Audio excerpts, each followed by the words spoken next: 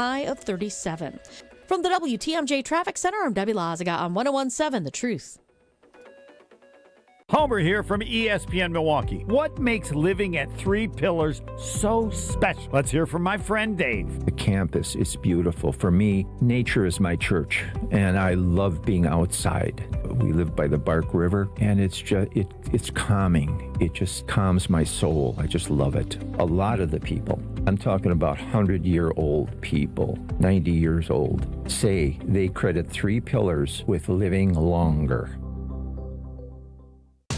This holiday season, celebrate where Milwaukee comes together. 3rd Street Market Hall. Whether you're planning a private party, a semi-private gathering, or a festive social night out, we've got the space, the flavor, and the fun to make it unforgettable. With incredible local food vendors, craft cocktails, and built-in entertainment like shuffleboard, games, and more, your group will have a holiday party they'll talk about all year long. Visit thirdstreetmarkethall.com for more information on booking your event.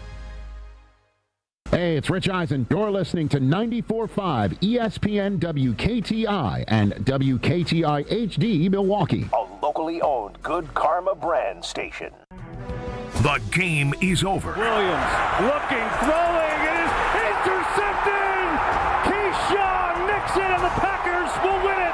And it's the day after. I personally think that resiliency is the key to life, and you just got to keep battling. And we got a bunch of guys in there that are willing to do that. They're going to fight through the tough stuff and just continue to battle. Let's react to the game and look ahead. This is Potawatomi Sportsbook Football Monday, live from the Potawatomi Sportsbook Studios. Here's Greg Matzik and Gary Ellerson. We're on air. They're cool. Let's do this plan.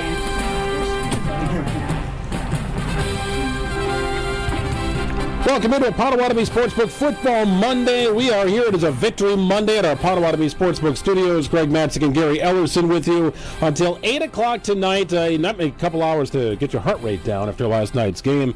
Unbelievable game. We will dial ourselves into it. Look ahead to the Denver Broncos and the next matchup with the Chicago Bears. Heartbeat slowed down yet a little bit?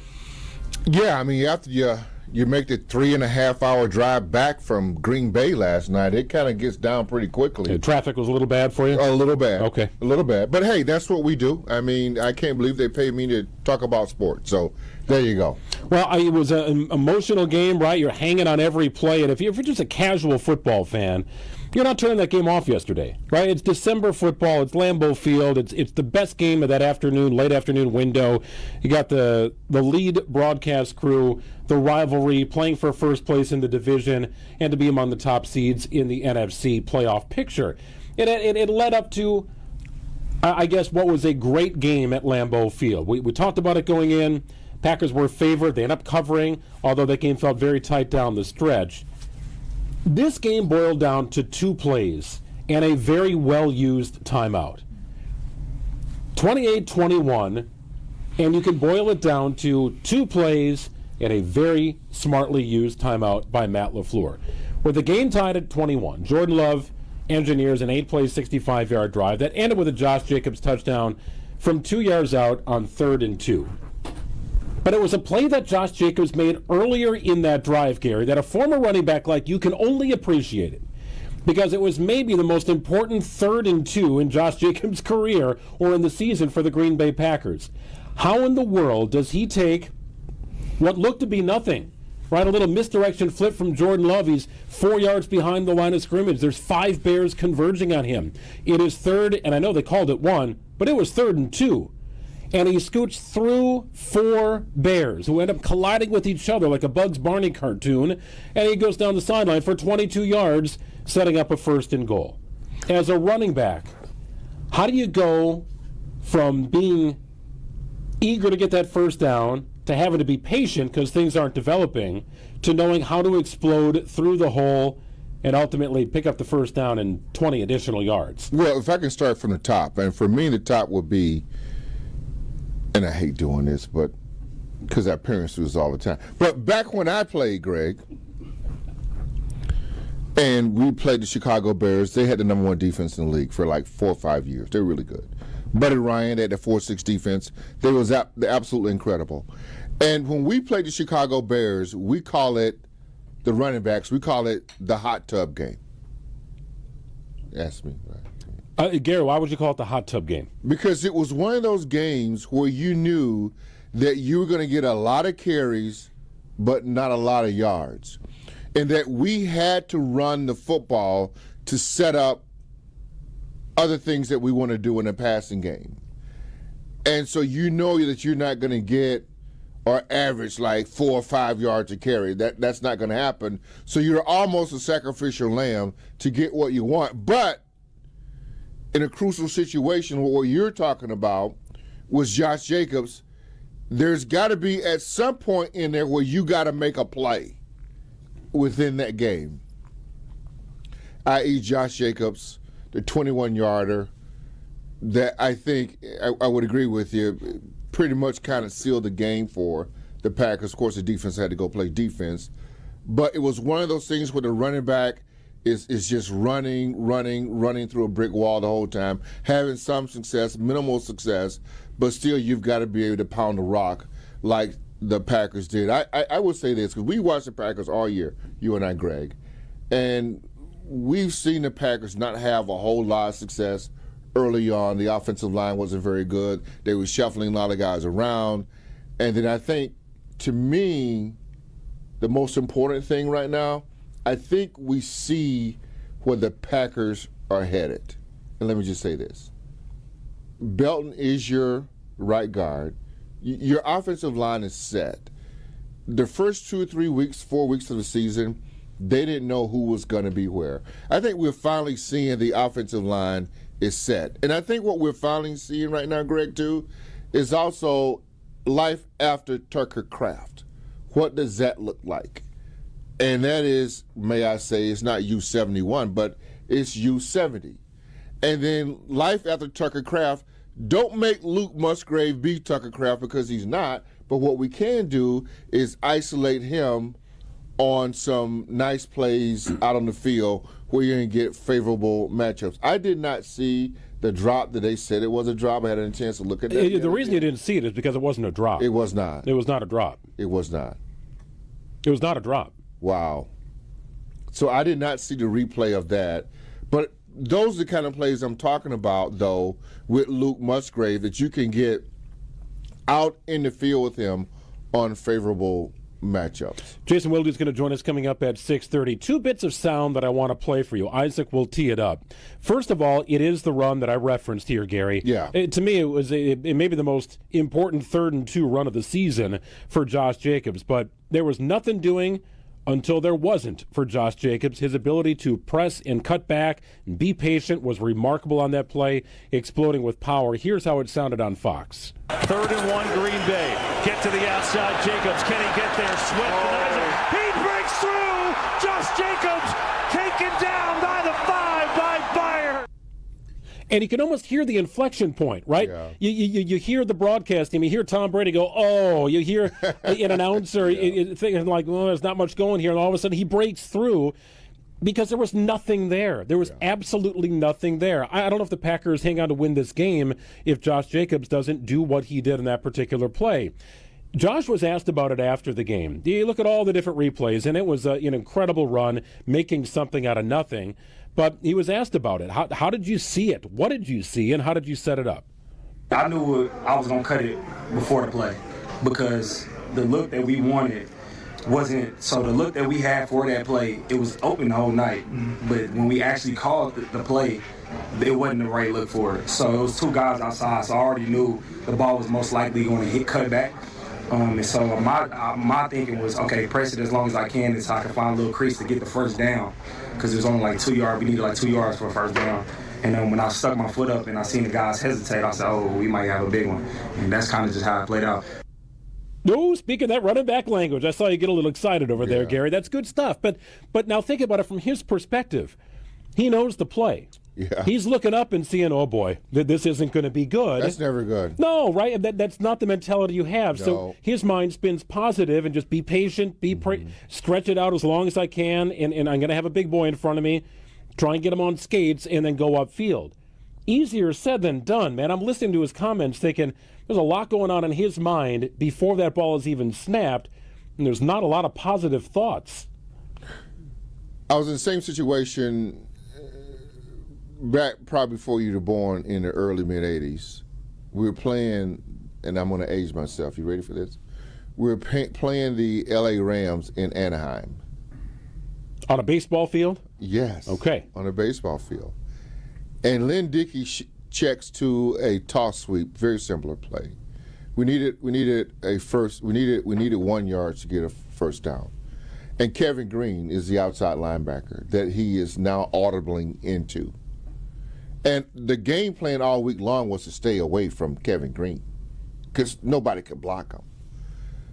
But as this happened, I said to myself, well, if Lynn's checking into it, obviously he thinks I can get 1 yard, and it's a toss sweep. As a running back, I would prefer to take a dive play, kind of up the middle, or maybe a little bit off tackle. But when you're actually doing a toss sweep, you, like he just said, you have enough time to set up your blockers or to set up the run that you might make. And for sure, you take it outside, you press it, you put your right foot in the ground, and you get upfield the best way you can. And in Josh Jacobs' position, he broke like 2 or 3 tackles along the way where guys just didn't have a clear hit on him. It just really was a magnificent run, more or less anything else, by Josh Jacobs because the blocking really wasn't there. I mentioned, for me, this game boiled down to 2 plays and a very well-used timeout by Matt LaFleur. One of the plays was that 3rd down run by Josh Jacobs. The other play, I'll have Isaac tee it up, was really the game's sealing play, and that is the interception from Keyshawn Nixon in the end zone, picking off Caleb Williams on 4th and 1. Bears decided to go for it, took a shot. It didn't work out. Here's how it sounded. Williams looking, throwing, it is intercepted! Keyshawn Nixon and the Packers will win it! Could listen to that all day long. Yeah. What goes unnoticed and maybe untalked about with that play is the timeout that Matt LaFleur called before that play was even executed. So the Bears had a timeout, and then Matt LaFleur called a timeout after the Bears had sort of set up. And if he paid any attention to the game against Philadelphia in the evening hours on Thanksgiving, right? Packers are done, they're on the plane, they're flying back home. That play might have been happening while the Packers were 30,000 feet above the air, right? It was the exact same play that the Bears ran for a touchdown to Cole Kmet in that game against Philadelphia, a Turkey Day win for the Chicago Bears. The Packers saw it. They saw it, they reacted. Now, they were still expecting a run, but I feel like they defensed the play appropriately given where Keyshawn Nixon ended up. But that took a little bit of Keyshawn Nixon's doing to make that play happen. It looked like he was keyed on the receiver that was short in DJ Moore. Caleb Williams probably thought that as well. Instead, Nixon plays instinct, drifts back on a receiver who's standing in the end zone versus one that's in front of him about 10 yards from the end zone. Right. Incredible instinctive play.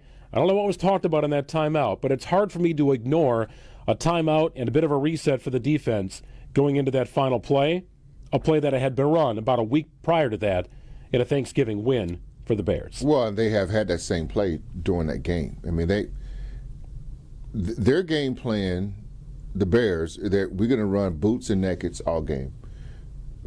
We're not going to drop back because we're afraid of Michael Parsons. So that's what their whole game plan was. You're right. Cole Kmet caught a touchdown pass against the Philadelphia Eagles. But they had ran that same play at 3 or 4 other times in that game. That game were loaded with boots and sprint outs because they wanted to get Caleb away from the rush of Michael Parsons and Rashawn Gary.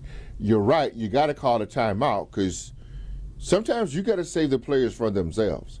You got to go, okay, timeout. Hey, we saw the film, Philly, right? Hey, they just ran that play 3 plays ago. We got it. So let's be on the lookout for that. And quite frankly, Greg, if you go back and watch, the play really didn't work out how they thought it was going to be, how Green Bay thought it was going to be, and really how the Lions thought it was going to be. Because there were some sort of, not necessarily a miscommunication, but Evan Williams jumps the short route, so to speak, and now Keyshawn Nixon's got to figure out, oh, Evan's gone, I need to get my butt back here. So it wasn't quite how they drew it up, but more than anything else, it's like when you're working with some for a long time on the broadcast, you become the yin to the yang, like you are with me. I kind of know what you're going to do. You kind of know what I'm going to do and where I'm supposed to be. That's what happened with the Green Bay Packers against the Chicago Bears. Am I the yin or the yang? You can be either one, because I don't know which one is which. That's the nicest thing you've ever said to me. Thank you very much. I really appreciate that. Coming up on the other side, Bears fans like to call Jordan Love trash. I'm going to put it in different perspective. We'll do it after this. More football talk coming up next. This is Potawatomi Sportsbook Football Monday. With Wilde and Tausch, you won't miss a play. This group is learning how to find ways to win. This was a playoff game. Presented by Pella Windows and Doors of Wisconsin. We saw a playoff game 2 Thursdays ago. They found a way to win. This is a great sign as a Green Bay Packer fan. We're going to win the division. We're going to be in a great spot. Weekdays from 9 to noon on 94.5 ESPN, ESPN Milwaukee's YouTube channel, and the ESPN Wisconsin app. The president of James Imaging Systems, Tom Tegeter. As I reflect on the 2025 performance of the James Imaging Systems team, I'm inspired by their power of action, reliable follow-through, and ability to consistently connect with our clients. So thank you for helping our clients grow, profit, and thrive. In addition, I'm humbled by the trust our clients place in the James Imaging Systems expertise to help them succeed, now and in the years to come. As your local business technology partner, I extend my appreciation and gratitude for your ongoing loyalty. Looking forward, I feel that as individuals and as a community, if we display the power of positive action and authentically strive to find common ground, then our local communities will be stronger and our family connections will be secure and enduring. To everyone, Merry Christmas, Happy New Year, and God bless America. James Imaging Systems, your local business technology partner. St. Nick meets St. Kate. The holidays are in full swing at St. Kate the Arts Hotel, where every celebration shines a little brighter. Browse unique gifts at the holiday marketplace, gather for unforgettable Christmas Eve and Christmas Day dining, and of course, don't miss Brunch with Santa, a family favorite filled with joy, treats, and holiday magic. Celebrate the season at St. Kate the Arts Hotel. Visit stkatearts.com/holidays for all the details. Ho, ho, ho, my back. Santa? Ho, ho, ho, Gina Della from Pella. You've been a good girl this year. Is that why you're in here building new windows? Yes. Next year, how about just asking for a Pella gift card? My elves are used to designing windows from other places where they're all pretty much the same. But Pella? Ho, ho, ho, so many customizations and designs. My elves aren't qualified, so Santa has to put in some overtime. Ho, Let me make a call. BRB.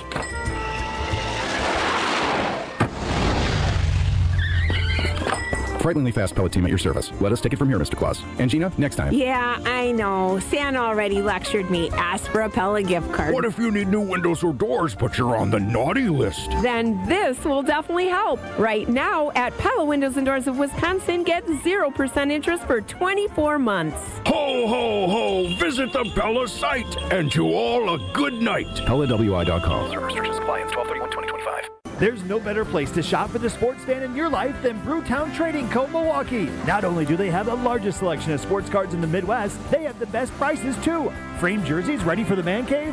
Check. Sealed hobby and blaster boxes of the hottest releases? Check. One-of-a-kind items you won't find anywhere else? Triple check. Open 7 days a week at 4285 South 76th Street and 24 hours a day at BrewtownTrading.com. Make this holiday extra special for the sports fan in your life today at Brewtown Trading Co. Looking for the early gift for the basketball fan on your list? This holiday season, Fiserv Forum brings the heat with the Milwaukee Hoop Showdown. Friday, December 19th, the Wisconsin Badgers versus Villanova at 7 p.m. But first, UW Milwaukee takes on South Dakota State at 4. 2 big games, one electric night, all under one roof. Check off that holiday list and get your tickets now at FiservForum.com/showdown. The Badgers headline the action on Friday, December 19th, and you don't want to miss it. Visit FiservForum.com/showdown. You're listening to Potawatomi Sportsbook Football Monday, live from the Potawatomi Sportsbook Studios on 94.5 ESPN.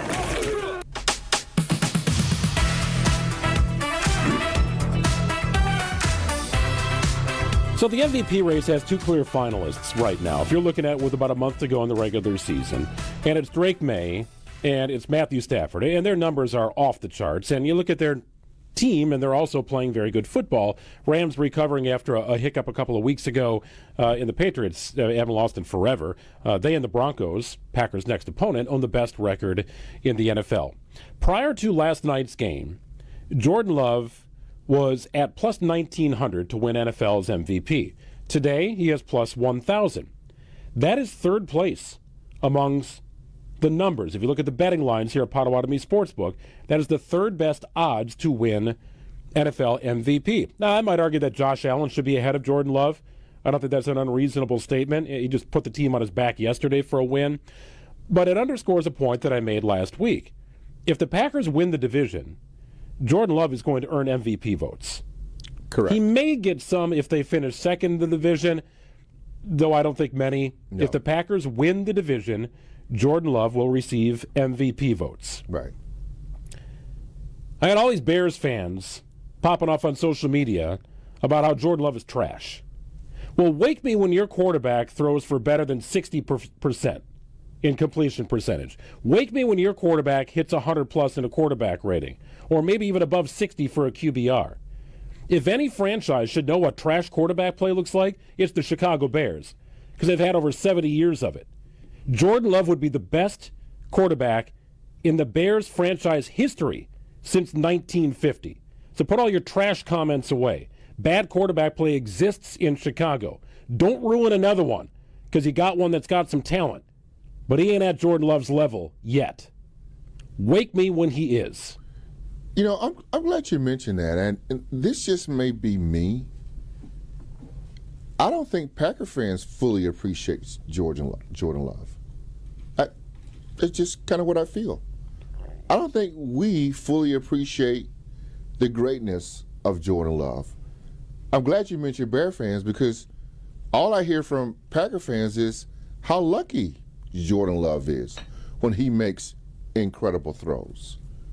So I'm kind of on the other. I came away from this game, and it was a great game. It was a great game to beat the Green Bay Packers, but no one's talking about really how great of a game Jordan Love just had. I mean, nothing to take away against you, Greg, but you talked about Josh Jacobs, right? You had a couple plays that Jordan Love wasn't in those. I wanted to save a full segment for Jordan Love. Okay, great, because I'm going to wait till you get to it, but it should have been first. That's just my example. And I feel like, and I could be wrong. I could be way off base here, but I felt like when it was Brett Favre, it was, whoo, Brett Favre, blah, blah, blah, gunslinger, this, that, blah, blah, blah. And then Aaron Rodgers, oh my God, he's so smart. He just can get these guys open. He runs his own plays, and he's just so smart. With Jordan Love, I don't really know what I hear. I don't know if I hear any of that. Just me. I could be wrong. And I know we don't take phone calls on this show because I'm getting kind of crazy here. But I don't feel the love like I think I should feel for Jordan Love amongst Packer Nation. Jordan Love has got this team on his back, along with quality performances 100%. On defense as well. So I've said this before, I'll say it again. The Packers have never won a Super Bowl in franchise history without a top 5 defense. 100%. So the years they've won it in more recent times, yes. Think about the defense Brett Favre had on the other side. Yes. Packers fans were more excited maybe to see the defense on the field than the offense. That's not common in the NFL. And then you think about the Charles Woodson, Clay Matthews, Cullen Jenkins, and they had a dude at every level. Nick Collins had a Hall of Fame trajectory the year they won the Super Bowl. Yeah. The offense got hot at the right time, and Aaron Rodgers, a Hall of Fame quarterback. Brett Favre never had a season in Green Bay where his quarterback rating exceeded 100. Never happened. Never. Oh, because he threw a bunch of picks. Exactly. But he was a gunslinger. That's what he does. We made concessions Brett broke your heart as much as he made you say, wow. Yeah, but we made concessions for that. I get it. We go, okay, well, that's just Brett being Brett. I get it, right? Because he lets you in. He was country bumpkin, right? And then all that stuff. Then Restored the glory. Then he throws it on the hand. It's in the snow. He's falling down. Oh my God! Right, look at snowballs Brad. at Donald Driver. He's just having fun. Jordan Love is a fantastic NFL quarterback. He really is a fantastic quarterback. I don't think, and I could be wrong, I just don't think that we're not, it feels to me it's not all the same with this dude. And maybe they're waiting for him to win the Super Bowl to get his just due. But, Greg, what about that terrible interception against Cleveland? Cost him a game. You're right. Yep. Greg, what about that ball last night he threw against the Chicago Bears? It was a terrible pass. Right to him. Right. You go ahead and make the highlight reel of garbage throws by Jordan Love. Not very many. And then I'll wait for 20 minutes while the highlight reel of good throws he made finishes out. Not very many. Okay, you're going to be done with your bad throws before I get done with my good throws. And you're 100% right. Now, speaking of Caleb Williams, he's way better than what he was last year. And I think Caleb Williams is a generational talent. If you watch this dude throw the ball, I mean, the angles that he can throw it at, but I just don't think he's there yet. There yet meaning how to grasp the NFL as a whole. I think Jordan Love is still ascending and still getting there, but you don't have to dial him back. Caleb Williams, you gotta put a harness on that joker, and you got to figure out how to dial him back. I'd rather dial a joker back than to give it to him anyway. But I think Jordan Love, we have seen him matured in so many great ways as a Packer quarterback, and now I feel like he's taking the next step. You know who else is taking the next step? Christian Watson. I never saw what I'm seeing that I think he could be what he is right now. True difference-making number one right now in the Packers receiving core. We'll dive into his numbers. I also want to dive into his contract situation because something tells me that thing is getting ripped up in the offseason and he's going to have a multi-year deal. Back to your point on Caleb Williams. Absolutely. You know what Caleb Williams makes look easy? What? The hard stuff. Yes. Do you know what he makes look difficult? Yeah, the easier stuff. Yes, right? yes. So Caleb Williams, he's not there yet. No, on the run, rolling around. Yes. He made two unbelievable throws. He did. One to a tight end on the sideline who's being chased. Another one for a touchdown. I don't know how it got through Keyshawn Nixon's hands, but a remarkable throw and a remarkable catch. Yeah. Hey, the pocket passing, he's throwing missiles all over people's heads. It's like, whoa. That's him. How does this happen? Right? That's him. So he's with a good coordinator, but a coordinator who likes to push the ball down the field. Yeah. So with that, and a young team, young quarterback, it's gonna have that risk-reward feel to it each and every week with Caleb Williams. When it's exciting, man, whew, if you're just a casual football fan watching him, you see why he was drafted where he was drafted. But don't tell me he's better than Jordan Love right now, because he's not. No, he's not. He's not. He's got a ways to go, and I think with some good hard, you got to coach him hard. With some good hard coaching, I think he can get there. No one thought that the Chicago Bears would be where they are right now with Ben Johnson in his first year. I didn't see it. So that means that Ben Johnson, whether you like him or not, whether he said what he said, but he has done a great job of coaching up the Chicago Bears team. And Poles, I think drafting players, free agents, getting everybody in key spots, they've done a great job. I think they found out how close they are to the Packers, which I've said all along, Greg, because you got to win this game to get to the next game. But the next game is in Soldier Field. That's the big game. But then all of a sudden, you know what I thought about? That's not really the next game. Well, next game's Denver. That team's 11-2. And that's not really the next game they were speaking of. But, yeah, that is the next game. But the next game could be the third game against the Bears. In the postseason? Certainly possible. It was a damaging loss for the Bears. Just put it in perspective here. They go from number one overall seed and division leaders to the final position, 1 game ahead of the Lions. Yes. Packers move from their position up to division leaders and number 2 in the NFC. Mm-hmm. But give it a week, man. This thing could change again, right? I mean, week-to-week league. Absolutely. No doubt about that. I mean, there's a lot of Bears and Lions fans who are cheering for the Chargers hard tonight. Mm-hmm. And if you want to go out west, a lot of Chiefs fans are probably cheering hard for the Eagles tonight because the Chiefs season is on life support. this is how the NFL does it, right? It happens every year. You get this log jam of teams with very little separation. Jason Wilde joins us coming up on the other side. We'll break down last night's game, look at the Broncos as well with Wilde. We'll do it after this on Potawatomi Sportsbook Football Monday.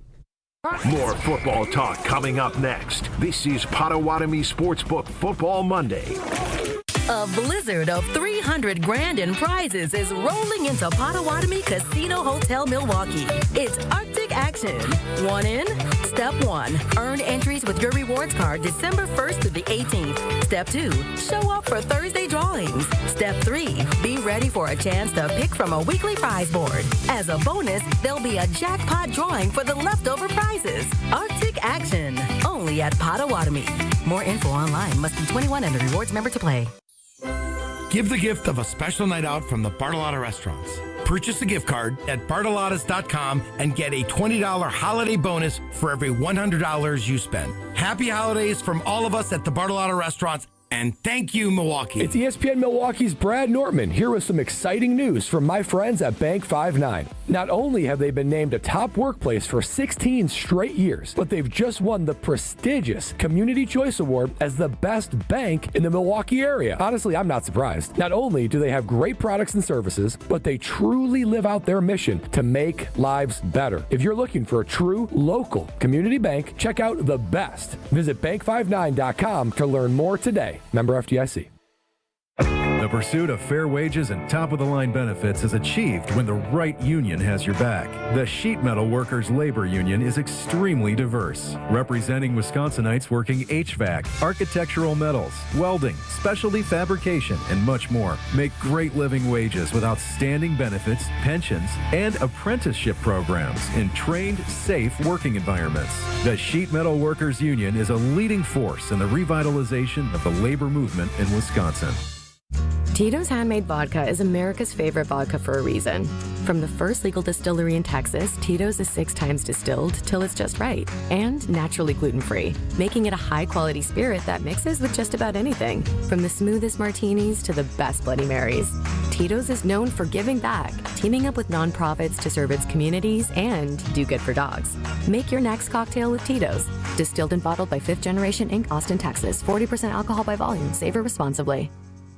Every great team starts with a strong defense, and the same's true in business. That's why companies trust Trend Micro for cybersecurity. From ransomware to phishing to the most advanced cyber threats, they help protect your network, your data, and your people. With over 35 years of expertise, Trend Micro has built a defensive playbook trusted by enterprises worldwide. Your business works too hard to get blindsided. Go to trendmicro.com and see how enterprise security is done right. That's trendmicro.com. This season, the Bucks are going for it all. A game winner for the Greek Freak. Go inside the team's pursuit of a championship on Locked In, the new season of the Behind the Bucks podcast, narrated by Bucks legend Marcus Johnson. Hear from the team stars on why they think they can make history. It's all on Behind the Bucks on the Bucks Plus audio network. Behind the Bucks is presented by Gallagher, your trusted insurance broker and HR and benefits consultant. Available now on bucks.com/plus, the Bucks app, the new ESPN Wisconsin app, and wherever you get podcasts.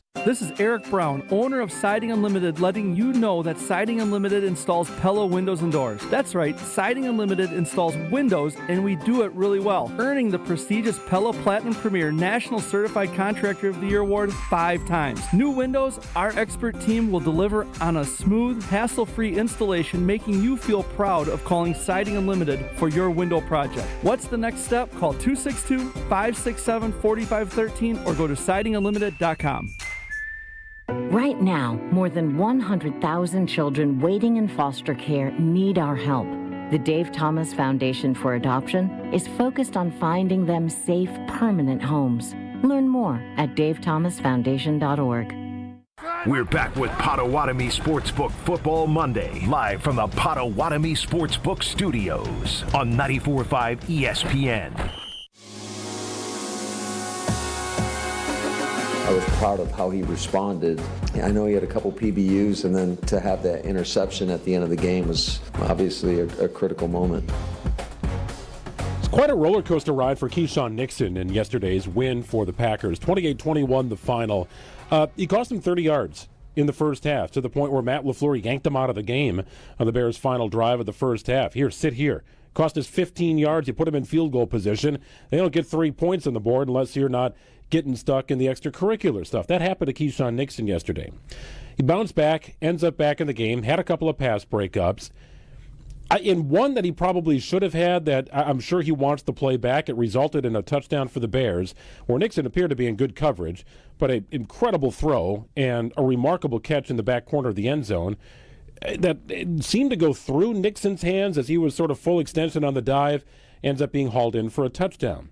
And then he, I don't want to say goes rogue, but trusts his instinct and seeing the play develop in front of him, or behind him, I should say, on that game-preserving interception. So atoning for earlier mistakes, sticking with it, not letting what happened earlier in the game affect what happened later in the game, right? There's all sorts of different things and conclusions you can derive.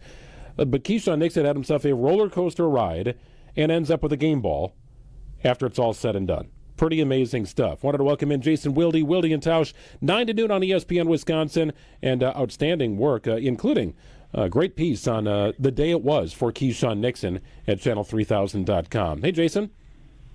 Hi, guys. How are you? Yes, the ultimate redeemer story. It really was quite a day for Keyshawn Nixon.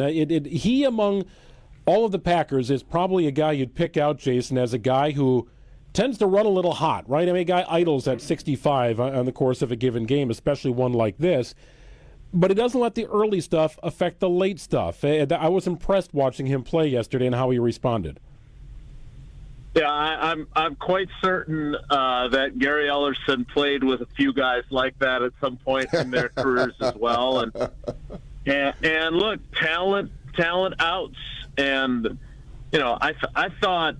I was thinking about the Dumb and Dumber line, right? And totally redeem yourself. But that's exactly what he did. And what I really loved was, Evan Williams basically admitting, hey, he saved my butt. And that was enormous for him to have adjusted, because Evan Williams sees a running back come out of the backfield wide open. So he goes to him. The Packers are in bad personnel for that scenario because they, like everybody else, are expecting the Bears to run the ball. And in retrospect, they should have, based on the way Caleb Williams threw that pick to Keyshawn Nixon. But the bottom line is that, and Gary knows this as well as anyone, especially in today's NFL, it comes down to 3 or 4 plays. And Gary and Greg, to your point, the knuckleheaded second penalty. I mean, the one, sometimes there's combative penalties and maybe the call goes against you. But when you do what he did with Burden, the wide receiver, like after that whole skirmish had kind of ended and he reignited it, I mean, that costs your team, and that can cost your team, frankly, a game. And so he needed to redeem himself, and he absolutely did. I'm going to change it up a little bit. You have a radio show every day with Mark Tausch, and you guys do a great job. And I just want to know from your listeners and maybe your overall point of view, I'm just not feeling the love that Jordan Love should be receiving. Let me just... Brett Favre, oh my God, look at him, he's throwing snowballs, and John Madden would love him, and oh my goodness, he threw it underhand, and now he's sliding. Oh my goodness, you got to take the good with the bad. He threw a pick, but now he throws a long, and you got all that. Oh my goodness, Aaron Rodgers, he's so cerebral. I mean, he's checking at the line, and he's another coach on the field, but Jordan Love, I just don't feel the love from Packer fans when it comes to Jordan Love. Dude threw 3 touchdowns. Yeah, he threw a pick. I get you. But after that, he was flawless. He should be in the running right now for the MVP in the league after that game. Still got 4 weeks to go. I'm just, from Packer fans, from outside of that, I'm just not feeling the love I think Jordan Love should be receiving. Am I off base here, Jason Wilde? No, I don't think you're wrong. Like, certainly there isn't like a a groundswell of MVP chants. And look, he was great yesterday. He wasn't good. He wasn't very good. He was great. Now, you accurately pointed out that he threw an interception. And I intentionally phrased my question to him the way I did, which was, hey, can you take us through the pick? But more importantly, can you take us through everything that came after? Because the way you bounced back was phenomenal. And he was. Like, not only did he throw the 3 touchdowns, but 2 of them, he checked the play at the line of scrimmage. Both of the touchdowns to Watson were checks at the line. And yeah, so but how did you know that? How did you know that? How did you know that, Jason? Because I asked Matt LaFleur, but I also, if you go back and look, you can hear them can the play. But, agreed. But he is not the most. You talk about Favre and John Madden and throwing snowballs and all that other stuff. Jordan Love isn't that colorful of a character, right? Okay. Jordan Love is also not someone who acts and sometimes is the smartest person in the room, like his immediate predecessor. And he's not as accurate with KBN asked me today where to put him on the spectrum right now. Is he playing decent? Is he playing good? Is he playing very good? Is he playing great? Or is he playing elite? And as I tried to explain it to them, I said great, not very good, but great. But I didn't give him elite only because, and you obviously have been there for it as well, like what Favre and Rodgers did over a very long period of time is how I view elite. Like if he played at the level he's currently playing at for another several years, I'm calling him elite, no doubt about it. But he's definitely in the MVP conversation, which, the way he played against Carolina and the way he played against the Eagles, and I know that there are Love apologists that want to blame that on Matt LaFleur, which I don't think is fair either. It feels like there's like fans that either don't like LaFleur or they don't like Love, and I don't know why. Right. Like I don't know why. Like they're both really, really good at their jobs, and I do think one of the things that people lose sight of is the fact that so much of the big plays that they make are predicated on what the defense gives them. And the Bears, for whatever reason, I assume because, they can't get pressure with 4, so they got to blitz. And when you blitz, you can't play zone coverage because you got a lot of guys that are vacating zones to get after the quarterback. But sometimes they have to run the football, even though I'm sure both Jordan and Matt want to throw it. And so yesterday, the way they played defense was perfect for what they did. And it worked terrifically. I'm assuming they're going to have much tougher sledding on Sunday in Denver. But he is playing at an extremely high level, and anyone who chooses not to acknowledge that or embrace that or give him the love he deserves, I don't know how to argue with those people because I don't understand why they view it that way.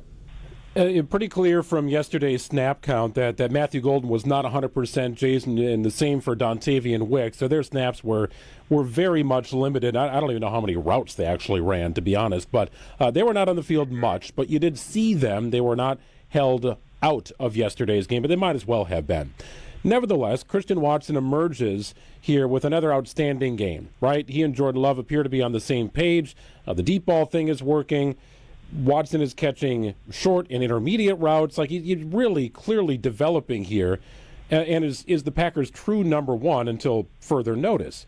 My wonder is with his contract, Jason, given what you've seen now from Watson, and there's still a few weeks left to play, does he go into next season on this 1-year deal, Or in the offseason, do you just rip this thing up and say, all right, let's just hash this out. Let's figure out a 3-year deal or whatever it is, a multi-year deal to keep you in Green Bay. You've done everything right. You're a great teammate. You're about the right stuff. And, oh, by the way, you are insanely difficult to cover and is one of the top few names on a defensive scouting report.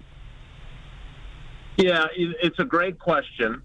And I think, because we experienced this with Jordan Love, that when you sign an extension, which is what that 1-year deal is, NFL rules prohibit you from signing another extension until 1 year after that extension has occurred.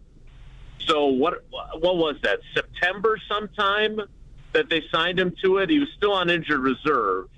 But I would think that negotiation was, look, we don't want you worrying about a contract. We want you here. And if you play the way we think you are going to play when you come back, we will extend you again a year from now, because that would be smart business. Because right now, let's be honest, he's gonna be a bargain next year at that $11 million. Like, he is clearly, I am still a Romeo Doubs believer in that I view him as a fabulous third down possession guy, a fabulous red zone guy. Like, I comped him to James Jones a long time ago without James Jones's effervescent personality, and I stand by that. But Watson is he's unique. There's nobody like him on their roster. I mean, he lined up in the slot a ton yesterday. When's the last time you saw a guy that looks like him line up in the slot? Like, that's a Jaden Reed. That's a Randall Cobb. That's a Matthew Golden location, right? So I would assume that they will take care of Watson when they can, according to the rules. But you're right. I mean, he has emerged, and I was talking to Matthew Golden at the end of last week, and I was surprised that he was active. Like, he clearly isn't healthy. He clearly is frustrated with not only his role, but the way his season has gone and the fact that he hasn't been healthy. And, I asked LaFleur today, and he kind of sidestepped the question. But, like, what exactly? And look, I believe in declaring your biases, right? I think it's really important to do that. And so I'm a Doc McKenzie guy. Like, he's taking care of our girls for their various sports injuries. He examined my turf toe in the parking lot of the local high school when I was limping around Lambeau Field. Like, I just love the guy. And he was very frustrating to players and certainly to fans because he was hyper conservative. And now he's no longer the team doctor. He has moved into an emeritus role. And so their new team doctor, I think it would be patently unfair to suggest anything other than, he believes in doing what's best for his players. So, and I know Dr. Ryan a little bit, and he's a phenomenal guy. So this is in no way meant to be a reflection on the medical staff themselves. Because as Matt LaFleur said today, these guys have to be cleared medically to play. But is it just me, or have there been a ton of guys that have clearly exerted some of their say-so in playing and played before they should? Whether it's Zach Tom in Cleveland, who lasted all of one snap, whether it's Brandon McManus, who came back and was terrible when he returned, right, from the first time that he sat out, whether it was either of those wide receivers yesterday, Carl Brooks, Lucas Van Ness, who came back and lasted, 6 snaps a couple weeks ago and couldn't play any longer? Like, I'm not questioning the doctors. I'm questioning whether the team is allowing guys who get medical clearance but aren't necessarily ready to play. Because that's a lot of guys that they haven't gotten into double-digit snaps in the games they've come back in. So I think, Matt LaFleur did not answer that question, but I think they appear to be giving guys a little more say in whether they play or not. And there's a lot of examples of guys that clearly shouldn't have been playing. Maybe Nate Hobbs is another one yesterday, or maybe they just decided that he wasn't good enough and they went back to Javon Bullard, who also talked himself into being allowed to play yesterday. And also feel like, and I think the Packers struggled early because of all the injuries that occurred. Of course, Watson came back late. Then you lose Jaden Reed in week 2, and then you had Elton Jenkins. Then you had Tucker Kraft, and then is Jordan Morgan a right guard? Is he a left guard? Is he a left tackle? Is he a right tackle?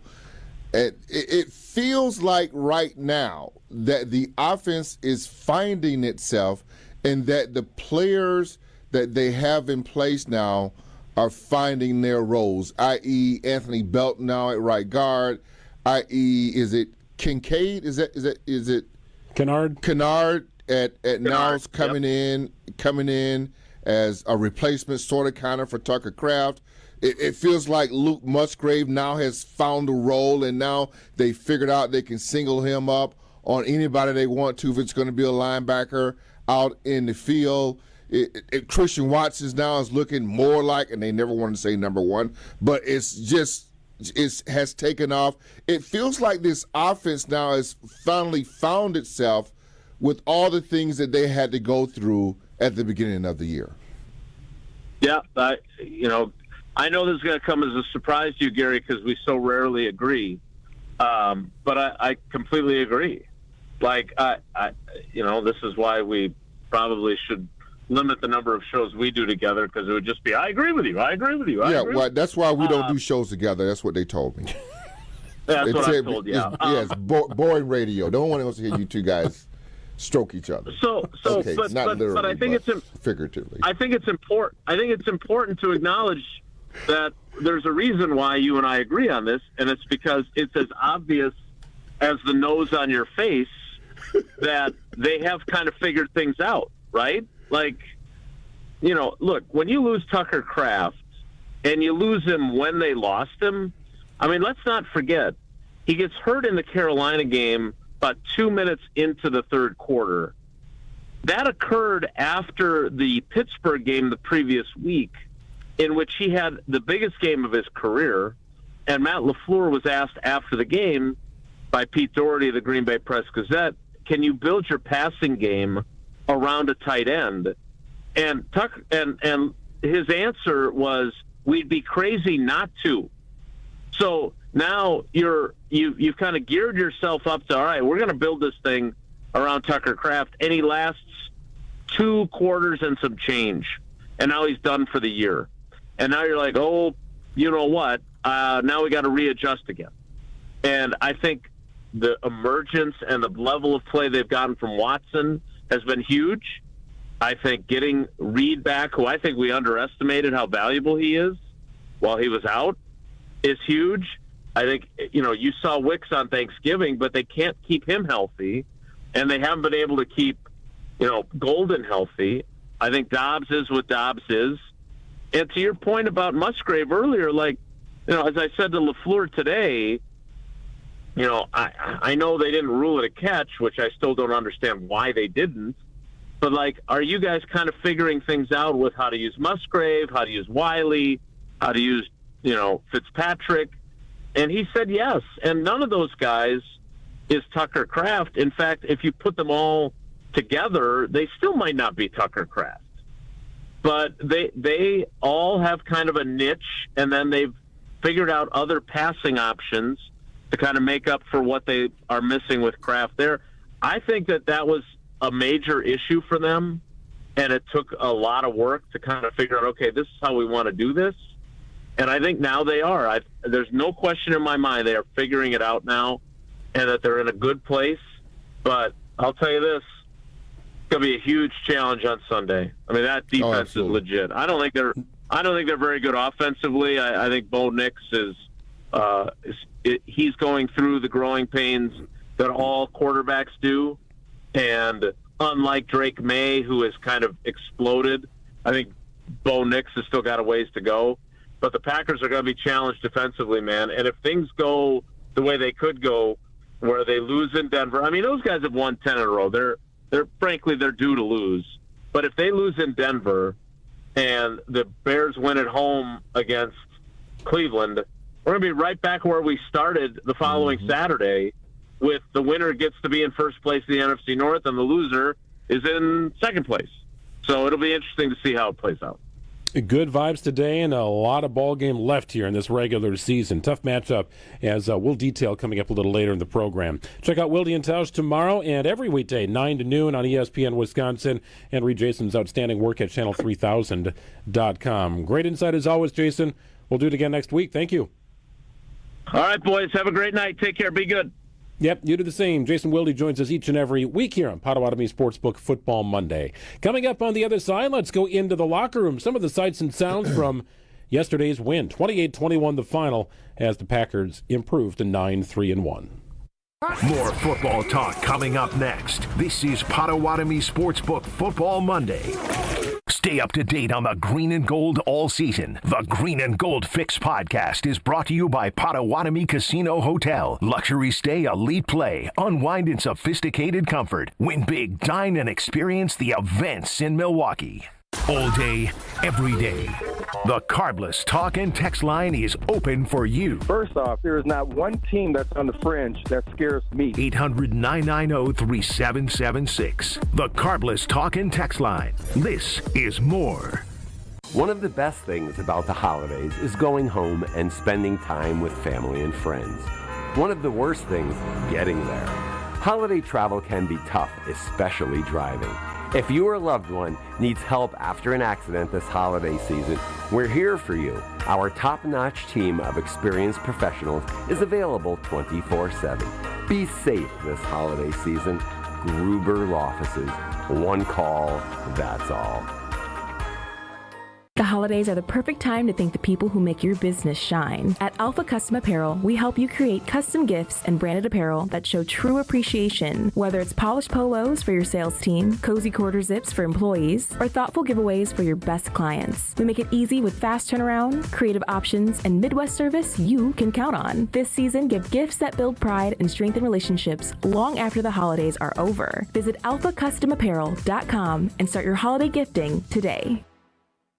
Looking for the early gift for the basketball fan on your list? This holiday season, Fiserv Forum brings the heat with the Milwaukee Hoop Showdown. Friday, December 19th, the Wisconsin Badgers versus Villanova at 7 p.m. But first, UW Milwaukee takes on South Dakota State at 4. 2 big games, one electric night, all under one roof. Check off that holiday list to get your tickets now at FiservForum.com/showdown. The Badgers headline the action on Friday, December 19th, and you don't want to miss it. Visit FiservForum.com/showdown.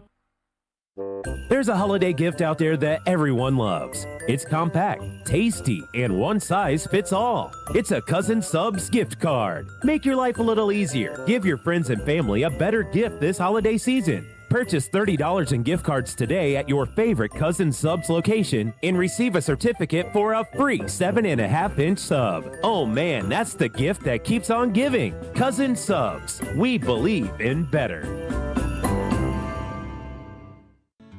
Hey, it's John McGivern here. You know I love Network Health. One of the reasons is that they're local and they understand how important that is. Their exceptional customer service isn't just words on a page. It's what they do. It's what they've always done for over 41 years. Call 833-7-NETWORK today. HMO and POS plans underwritten by Network Health Plan. Compensation has been provided for using this endorsement of Network Health. Hey, it's Jason Wilde from Wilde and Tausch, and I've got the perfect gift idea for you. A holiday design gift box filled with all your favorite Kringle flavors from Racine Danish Kringles. No wrapping, no stress, just pure holiday joy. My family and I love it when the Kringle box from Racine Danish Kringles arrives at our house, and you can have it happen too. Go to Kringle.com or call 800-4DANISH to order today. Racine Danish Kringles is the official pastry of ESPN Wisconsin. Racine Danish Kringles, it's not just a treat, it's a tradition. Visit Kringle.com. Life's better with American Family Insurance because we know you love working weekends. If it means working on your dream home, both inside and out. And we're here to help protect those dreams so you can enjoy peace of mind. Save up to 40% when you bundle home and auto. American Family Insurance. Get a quote and find an agent at amfam.com. Products not available in every state. Some exclusions apply. American Family Mutual Insurance Company, SI, and its operating company, 6000 American Parkway, Madison, Wisconsin. You're listening to Potawatomi Sportsbook Football Monday, live from the Potawatomi Sportsbook Studios on 94.5 ESPN.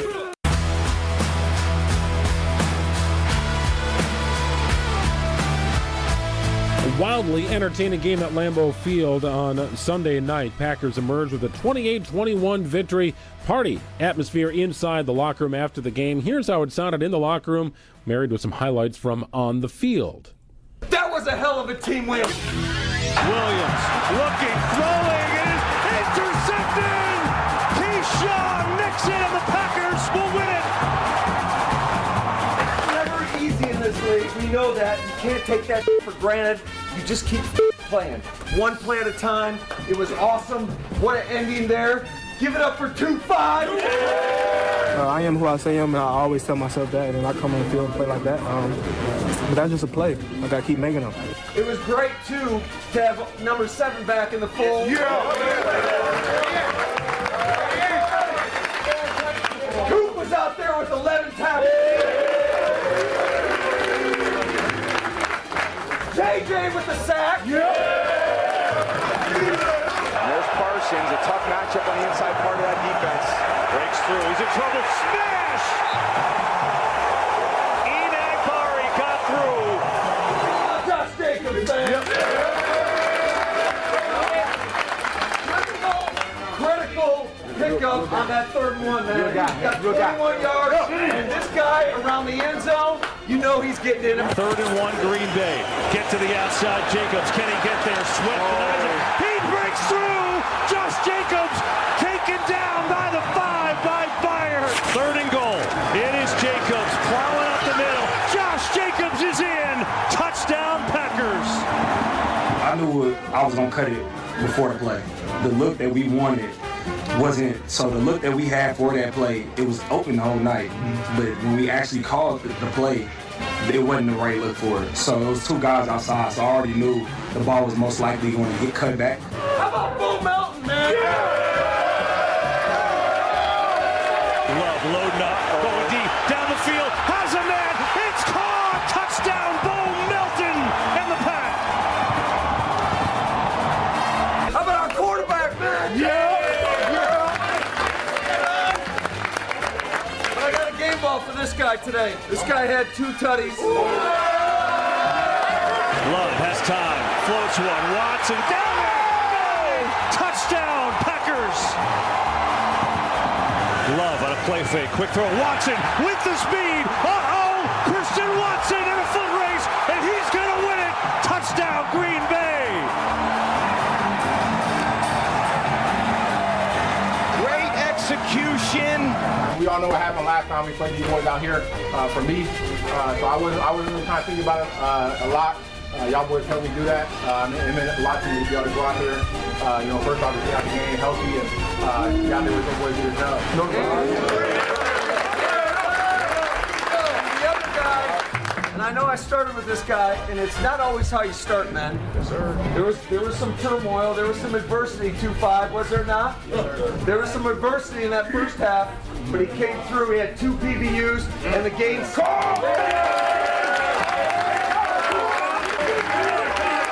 Hey, I appreciate y'all boys. I had 2 bad penalties early on. Y'all kept me in the game, keep my focus, man. I'm glad. I appreciate y'all. I got your man.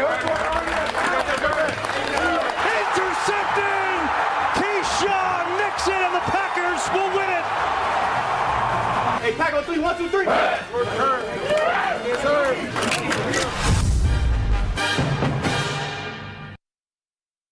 Back with more on the green and gold after this on Potawatomi Sportsbook Football Monday. On the actual day of Christmas, my true love gave to me a 12-pack of Lakefront, 11 Jims of Beaming, 10 Royals Crowning, 9 Johnny's Walking, 8 Wines of Sparkling, 7 Miller's Lighting, 6 Geese of Graying, 5 Chardonnays, 4 Spotted Cows, 3 Cabernets, 2 gift cards from just 1 trip to Discount Liquor. Hi, this is Marie from Discount Liquor. 'Tis the season to check out Discount Liquor's tremendous selection of over 2,000 varieties of beer, 3,000 types of liquor, and over 8,000 wines from around the world. And yes, we do carry 8 varieties of ready-to-drink eggnog. Celebrate this most festive time with a great selection of beautifully packaged liquor gift sets, sure to make you the hit of the party or as a perfect gift for the liquor connoisseur on your shopping list. Discount Liquor, 2 locations in Milwaukee on 51st in Oklahoma and in downtown Waukesha on Main and Barstow. The only thing that tops our selection is your savings. Discount Liquor. See all of our weekly specials at discountliquorinc.com. There's no better place to shop for the sports fan in your life than Brewtown Trading Co. Milwaukee. Not only do they have the largest selection of sports cards in the Midwest, they have the best prices too. Framed jerseys for the man cave? Check. Sealed hobby and blaster boxes of the hottest releases? Check. One-of-a-kind items you won't find anywhere else? Triple check. Open 7 days a week at 4285 South 76th Street and 24 hours a day at brewtowntrading.com. Make this holiday extra special for the sports fan in your life today at Brewtown Trading Co. Looking for a new car, truck, or SUV? Now is the time to buy, because Ewald Automotive Group's year-end sale is here. We're saying yes to the lowest prices of the year on over 1,500 new and pre-owned vehicles. Yes to 0% financing. Yes to maximum trade values. And yes to no payments until 2026. Ewald's year-end sale. Now through year-end. Go to ewaldauto.com. To approve credit on select models. Interest accrues from date of purchase. Expires month end. Hey, this is Brad Nortman from KBN. Tune in to Kyle Brust and Nortman every day from 2 to 5. WKTI and WKTI HD Milwaukee. A locally owned Good Karma brand station. You're listening to Potawatomi Sportsbook Football Monday, live from the Potawatomi Sportsbook Studios on 94.5 ESPN.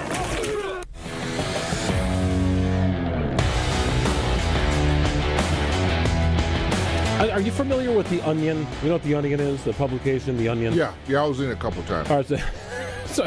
All right, so there's more on that coming up. But The Onion is a satirical paper. So you see the headline out of The Onion, and it's comical, and you sometimes you don't know if it's satirical. Wait a minute, like, is this real? Wait, it can't be real. And then you see it's The Onion, and you know it's not real. Okay. Right, so that's The Onion.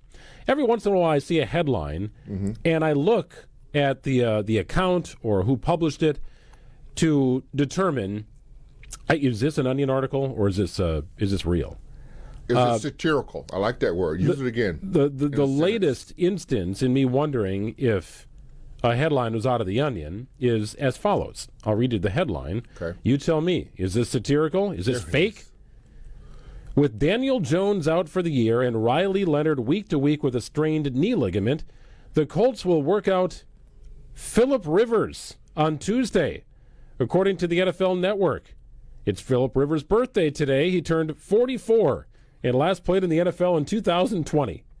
That is not from The Onion. That is from Adam Schefter and our friends at the NFL Network. Well, because you just told me about it, I thought it was satirical. I feel like one of Phillip Rivers' kids is old enough to be in the NFL. Yeah, but now that you told me about it, I got to look it up, but I... No need. I've done all the heavy lifting for you. Phillip Rivers can sling it. Well, he can throw. Now, probably not going to move much. Can't move. But Joe Flacco's doing the same thing, isn't he? Satirical. But Flacco's been more in touch with the league in the last 5 years than Phillip Rivers has.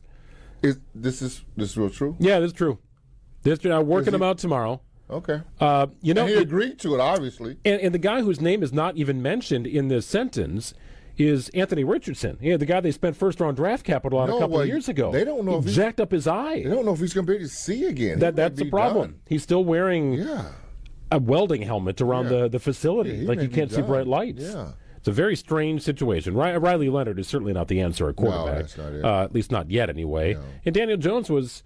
5 weeks ago, we were looking at him as a potential MVP frontrunner, for goodness sake. Blow out his Achilles like that? Doesn't even do anything. Yeah, non-contact. So that's a sad state of affairs here for the Indianapolis Colts, who have fallen on hard times, but it's still have an opportunity to win their division. We'll get more into the NFL at large coming up in just a few minutes here. Greg and Gary, it's Potawatomi Sportsbook Football Monday here from Potawatomi Sportsbook. Let's dive into the Packers' defensive performance yesterday. Haven't done enough with this.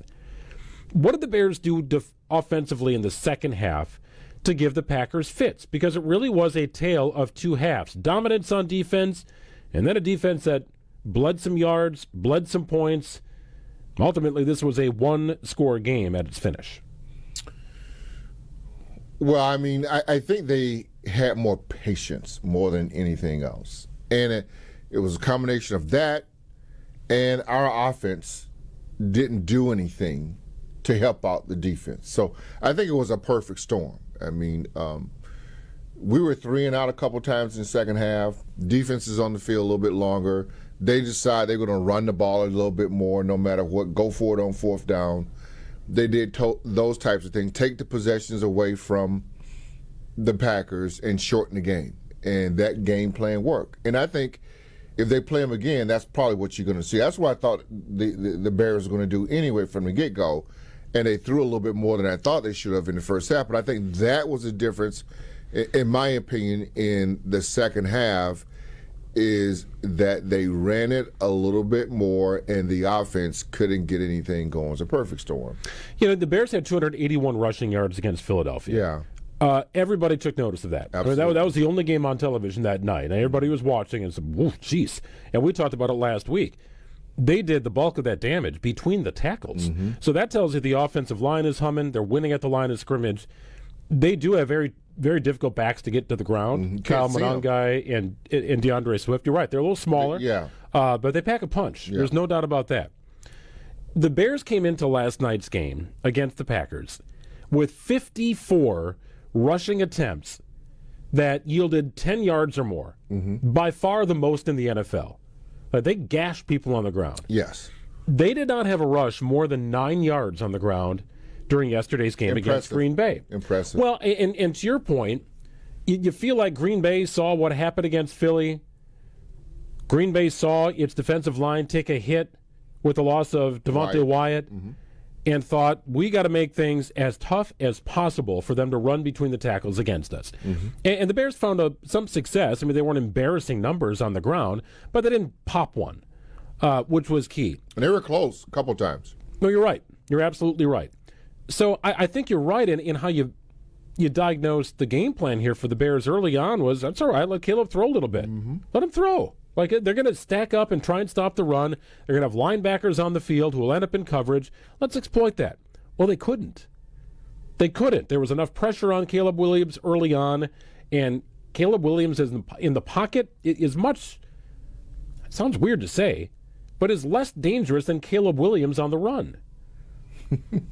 Am I wrong in saying that? Like, second half comes, and they make adjustments. The running game looks similar to me.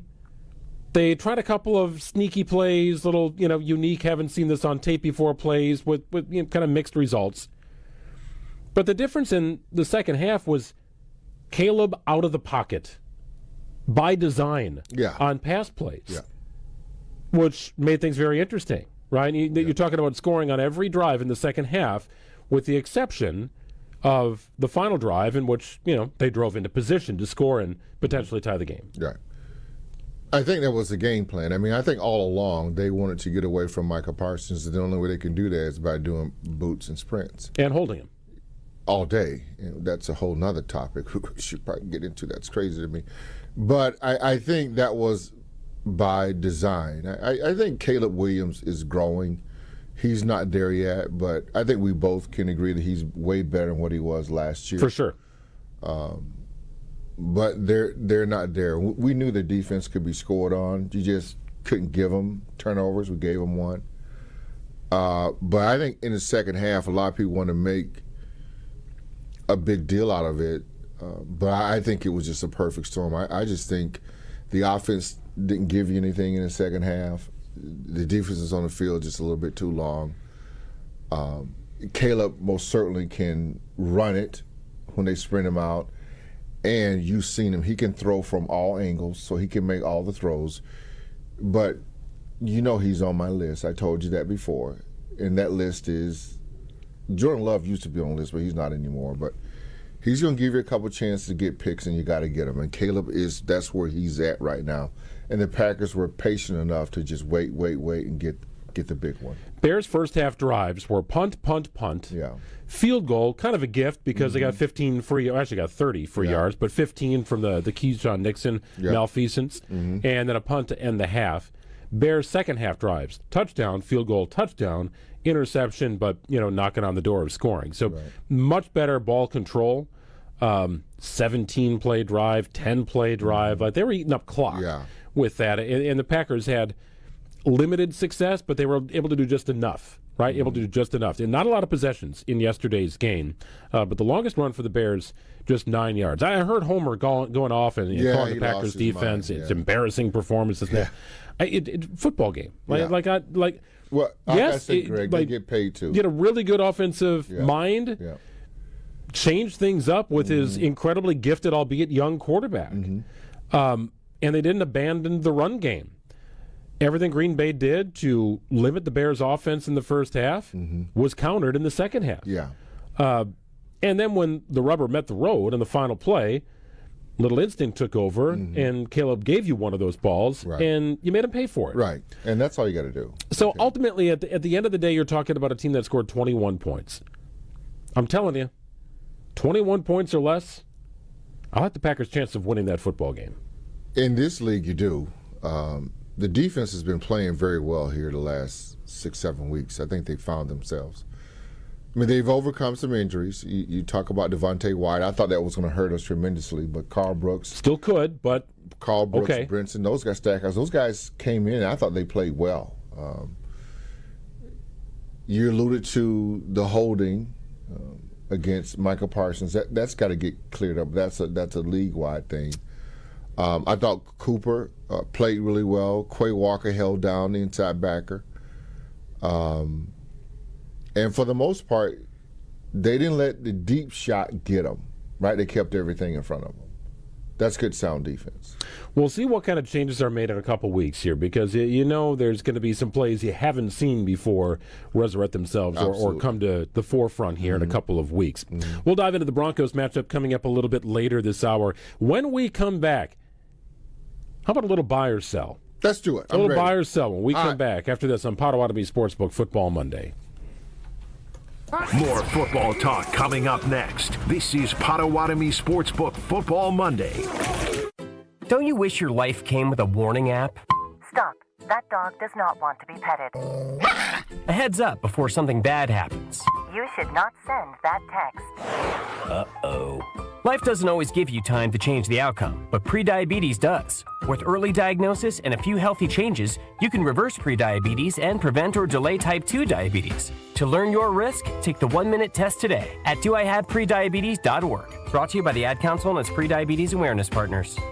Welcome to Jackpot Land, this fall at Potawatomi Casino Hotel. Play your favorite games with your Potawatomi Rewards card all fall to win your share of thousands in prizes each month and earn entries into the big December Jackpot Land prize drawings. Your October, November, and December entries all count. Win thousands in cash or reward play.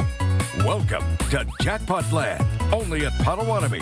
More info online. Must be 21 and a rewards member to play.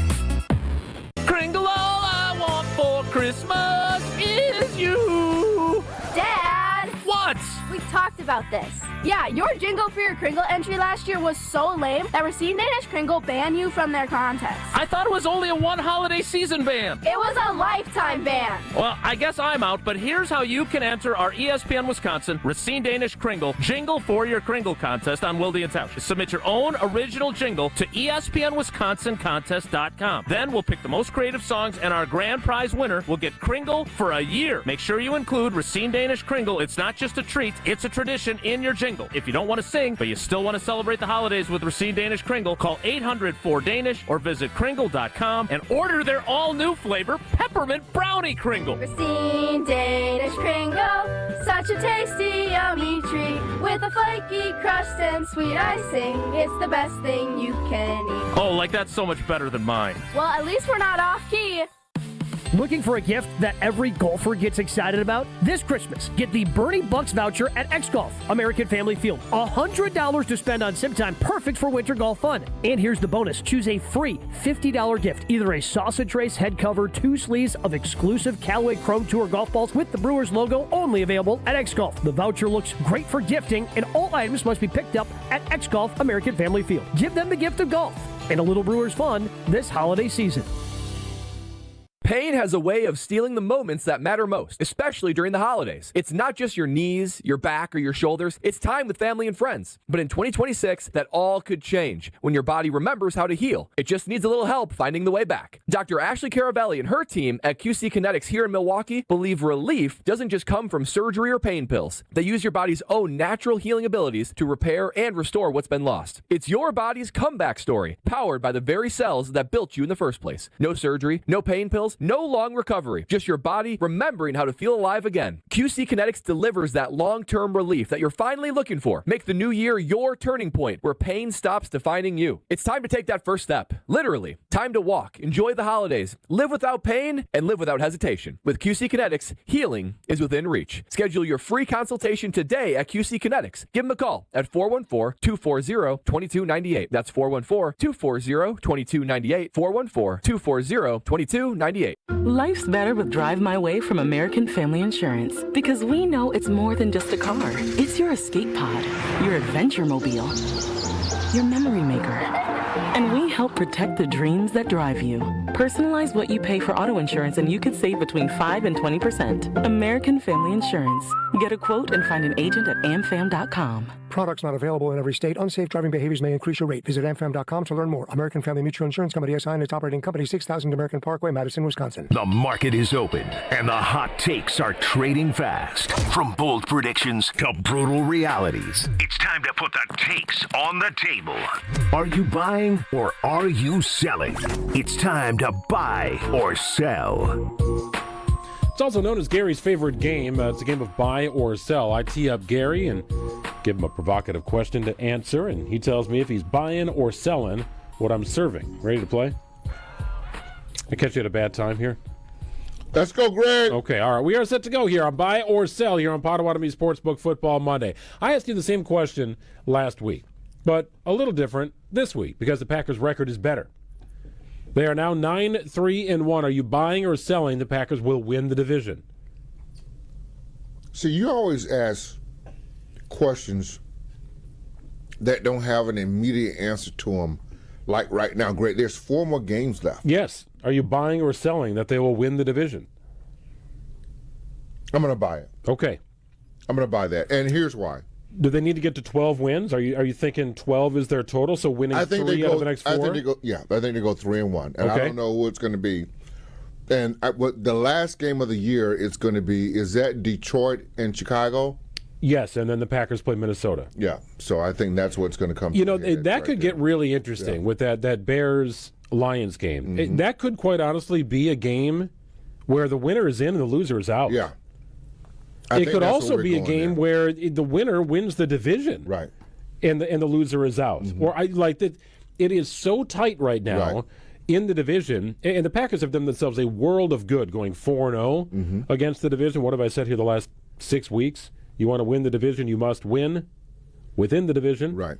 No team has done it better than the Packers to this point. Way better than what they were last year, for sure. Not just here, because here's the situation, big picture. The NFC West, Seattle, 49ers, and the Rams. And our 3 teams, not all these guys are going to have more than 9 wins. Oh, for sure. And only 6 of them can't get in. Only a couple, right? You got your division winners, so 4 divisions, plus 3 additional teams. Right? So you're not going to get 3 out of the North and 3 out of the West. No, not happening. It can't happen. Right. So that's what you're dealing with when you're talking about not just necessarily NFC North, but the NFC West is also in play with us. The NFC East with Philly, Cowboys, Giants, I mean, Philly would just have to really screw it up. Yeah, I mean, overall, they're 8-4 right now, and in control of the division. Washington's been terrible. The Giants' season is over. I think even mathematically, both those seasons are over. But you do have the Dallas Cowboys playing very intriguing football. I know they got hammered by the Lions, but they're a team that is dangerous enough to make a run. They can't really stop anybody, but they're not easy to stop themselves. Dangerous enough. Yeah, and that's kind of what you notice about every team that is in the hunt right now. Every team's got some redeeming quality. They've got something that they can sort of hang their hat on, but you wonder about the arrow. Right now, the arrow on the Green Bay Packers is pointing in the up direction. Right now, the arrow on the Philadelphia Eagles might be pointing in the down direction. It is in the down direction. So not all 8-4s or 9-3-1s are created equal. Correct. Agreed. So the Packers have the Broncos, 11-2. Yes. They have got the Baltimore Ravens. In between those games, a road contest at Chicago. I don't know what to make of the Ravens anymore, to be honest with you. And then they finish off with Minnesota. Where they're done. And just when he wanted to sink their ship, they put up 31 against just a awful and lost season here for the Commanders. Yeah, they're done. Washington's done. But I like that you're buying this. Yeah, I'm buying it. I like that you're buying it. Packers to win the division. Right. Had they lost, I think you maybe would have been selling. Speculation on my behalf. Speculation. Pure speculation. Let's try this. Are you buying this or selling this, Gary? Christian Watson signed a 1-year, $13.25 million contract in the offseason. He is under contract through next season. Should that contract be ripped up in favor of a multi-year deal? Yeah, because he's your best receiver by far. He's your most talented receiver that you have out there. I like Romeo Doubs. I mean, I like the guys, Wicks, Reed, but none of these guys have what Watson has. I mean, you can see now they're moving him around. They're putting him in the slot. They're doing all. He's their best blocker at receiver. He's doing a lot of different things. So if they feel like they want to tear this thing up and redo it, absolutely. Yeah, he's worth every. You can't let him go. So you got to pay him. When he is healthy, his name goes. Is that buy-in? That is buy-in. Yeah. His name goes next to Josh Jacobs at the top of the scouting report. Yeah. No other Packers receiver's name gets that high up the scouting report. It just doesn't. I like Jason Wilde's comp of Romeo Doubs to James Jones. Effective player, going to catch some touchdowns, good hands. You need a guy like that. You for sure do. Jaden Reed's got the Randall Cobb sort of gadgetness to him, maybe a little sturdier than Randall Cobb overall. But again, you needed a guy like Randall Cobb. And then you got the field stretcher who is certainly capable of doing more than just stretching the field. He's doing so much more with his routes. Right. Catching the balls underneath, 10-yard outs, ins. Like it's not all big chunk plays with Watson, which is a real good sign, I think, for his evolution as a receiver. And amazing that he tore his ACL 11 months ago. 11 months ago. Pretty amazing stuff. All right, here we go. The Chiefs are 6-7. Currently on the outside of the AFC playoffs and looking in. Are you buying or selling that the Chiefs will miss the playoffs? Yeah, they'll miss it. I'm buying that. And they're fighting hard, but they're just an older team, and it's time to revamp it. So they've got to figure out how to replenish this thing and still keep the quarterback. The offensive line needs to get better. Chris Jones, their defensive line, their best defensive player, is aging. And they just got to get it redone and get it figured out. I think we've seen the last of them for a minute. It is shocking to me that a team with Patrick Mahomes has one of the most erratic offenses in the NFL. Hey, Greg, they're all over the place. They look tired, too. They look beat. They look tired. And when you're playing that long, like they've been playing, extra games that they've been playing this season, it takes a toll on you. And now you're playing 17 games. They just look tired. As we mentioned this, the Chargers have gone up 7-0 here on the Philadelphia Eagles. Justin Herbert touchdown pass. He is playing tonight. Had surgery on his hand about a week ago on his non-throwing hand. So and it looked easy. Yes, it did. Just walk right down the field. Yes, it did. That was very easy for the Chargers. If you're a Chiefs fan, you are an Eagles fan tonight. There's no doubt about that. Yeah. On the other side, we'll do a deeper dive into the Denver Broncos. I found a striking similarity, Gary, that I want to go through with you. It pertains to our previous team topic here of the Kansas City Chiefs. Okay. There's a striking similarity between last year's Chiefs and this year's Broncos. We'll bring it to light after this on Potawatomi Sportsbook Football Monday. More football talk coming up next. This is Potawatomi Sportsbook Football Monday. Get your ride game day ready at Tsunami Express Car Wash. This December, any Tsunami Express membership is just $10 for your first month. That's unlimited car washes, only $10. Skip the line in the fast lane and enjoy free vacuums and detailing tools with every visit, making it quick, easy, and convenient. Don't fumble this deal. Wash more, wait less, and roll clean all winter long. Tsunami Express Car Wash. Wash, chill, repeat. Offer available in-store only for new Tsunami Express members. Offer ends December 31st.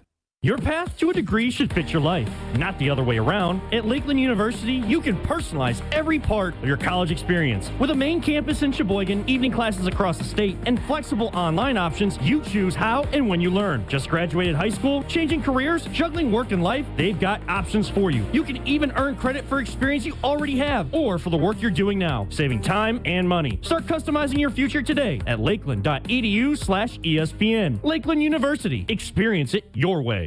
Get the beat of the Bucks straight from a fan favorite and Bucks legend. Welcome to the fantastic voyage. Marcus Johnson, the captain of this vessel. Tap into Here District with Marcus Johnson, a Bucks Plus audio production. My first mate, Chris Johnson, the only father and son tandem. Your weekly pulse on the Milwaukee Bucks and conversations with the biggest names in basketball. This week on the pod, Marcus and Chris talk to ESPN NBA analyst Monica McNutt. Find Here District now on Bucks.com/plus, the Bucks app, or wherever you get your podcast.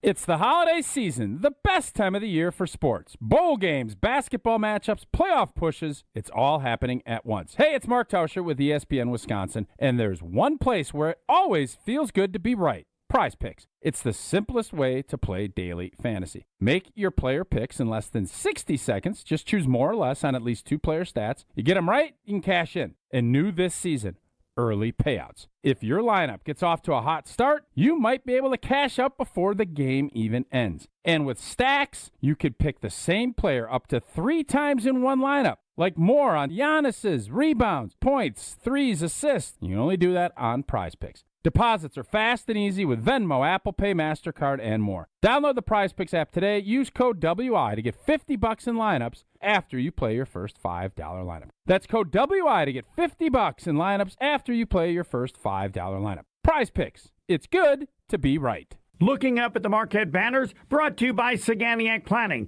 Number 24 retired, honoring George Thompson. Too bad he didn't wear 40. He was Marquette's all-time leading scorer for 40 years, and he played only 3 seasons. Al McGuire said it best. Everything at Marquette changed after George Thompson, a high school superstar in the New York City area, came here. And years later, Shaka Smart added, for those that weren't around in 1969, George Thompson, the original Dwayne Wade. Your business is unique, and your health plan should be too. At United Healthcare, our group health plans are built for you and your employees. Whether you're running a small startup or managing a large enterprise, we offer solutions designed to fit your needs, your goals, and your budget. Explore your options today at uhc.com/Wisconsin. Insurance coverage provided by or through United Healthcare Insurance Company or its affiliates. Administrative services provided by United Healthcare Services, Inc. or their affiliates. Health plan coverage provided by or through United Healthcare of Wisconsin, Inc. The holidays are full of moments worth saving. Family dinners, cozy nights, holiday parties that last all night, and Carbless makes every one of them better. Crisp, refreshing, and full of flavor, 0 sugars, 0 carbs, and only 100 calories and gluten-free. Carbless is the gift that keeps on giving. A guilt-free cocktail that never compromises on taste, turning every sip into a little celebration. This season, bring bliss to every holiday moment with Carbless. Full of flavor, no compromise. When the story isn't in Green Bay, you gotta go straight to the source. Each week, we check in with the people on the inside. This is Not My Beat. Our weekly deep dive into the Packers' next opponent. In this case, it's the Denver Broncos here, 11-2. Boy, it's been since week 3 since they've suffered a loss here, Gary. A team that has found its way at the top of the standings here, not only in their division, but among the league leaders in their conference. So you've got New England and Denver with 11-2 records. That is what Green Bay is going into here, playing at altitude at 5,280 feet. Did you ever play a game in Denver? No, I have not. I'm just wondering from a football perspective, just if the altitude is a real thing. And I think they combat it with oxygen on the sidelines. They'll be prepared for it. But I would imagine get some dry air, get some high altitude. Yeah, it's a thing. It's the thing you have to adapt to, I would imagine. Well, yeah, I mean, I've talked to a lot of guys who've played, and it is real. because if you don't practice in it, you don't know what it feels like in your lungs. You're just not used to it. You're not acclimated. I mean, that's a lot like if we should go to Tampa in December and it's 80 degrees and we haven't played it. Vice versa, Tampa comes to Green Bay and it's 20 below. You have to. There's a difference in how you prepare and get ready for the game. So I mentioned prior to the break, there is a striking similarity with last year's Kansas City Chiefs and this year's Denver Broncos.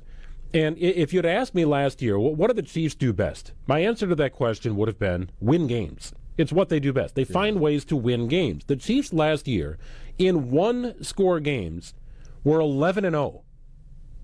Let that sink in for a second. They did not lose a one-score game. Right. Now, on one hand, you could look at it and say, how in the world, why were they playing that many close games? Well, product of a bit of a challenging schedule, but that's not the entire story. They barely beat the Las Vegas Raiders last year. They barely beat Carolina last year. Lucky blocked field goal. They hang on to beat Las Vegas by 2, right? Like, they struggled with teams that on paper they should have just blown the doors off of. But they didn't. But they were also 11-0. So at some point, the law of averages catches up to you, and maybe that's the case this year for the Kansas City Chiefs. Let's look at this year's Denver team. Denver has also played 11 one-score games, and they are 9-2 in those games. Kind of a head-scratching but win over the Titans in Week 1, but they got by. They lost to the Colts and Chargers in back-to-back weeks in Weeks 2 and 3. They annihilated the Bengals when they were going through their quarterback issues. They held on to beat the Eagles. They barely beat the Jets by a score of 13-11 in a very peculiar game. The very next week, 33-32 against the Giants. Like, they have had their fair of head-scratchers, but what they've done best in all of those games is win. Since Week 3, that's all they've done is win. I would say if you're looking to the compare, it sounds like you're trying to compare the two. And I say when you see things like that and they mirror one another, you have to take into account of where teams are within their ages. I think you see a descending team in the Kansas City Chiefs. They did everything they could last year to win games. They were just holding on, but they had the moxie, right? They knew how to win. They used all those extra little things that older teams can do to win those games. And now the bottoms is falling out. If you look at the Broncos, younger team, the Chicago Bears, you could have thrown them in there as well, younger team. You have to go look inside. Those teams are younger teams looking to try to figure out how to win these close games. And then next year, these games aren't even close because now they figure out how to win, and then their next level is to be beyond that. So you've got two different teams going in the opposite directions on their way to greatness and then on their way to where the bottom is about to fall out in Kansas City. So we're trying to figure out just how believable it is here with the Denver Broncos. I have watched a little bit of the Broncos this year. No, they're good. And here's what really stood out to me. Number one, their quarterback is a gamer. Bo Nix, he will make you want to rip your hair out for a couple of quarters, and then all of a sudden he'll go 8 for 8 on a game-winning drive and just be flawless in the fourth quarter. He will fire it. And it's a product of the Sean Payton offense. With a Sean Payton offense or a Sean Payton team, you're going to have multiple running backs. So they like to be multiple with their running backs. Injuries have kind of slowed that up a little bit. They have kind of unheralded receivers, and not everybody knows who Bo Nix is. But what the Denver Broncos seem to do from a team perspective, aside of win games, is that they play suffocating defense, and they do it in the trenches as well as anybody. And here is where I've seen the biggest growth maybe in the Packers offense the last 2 weeks, Gary, is on the offensive line. And it goes so back to your point from weeks and weeks ago. You got to find stability.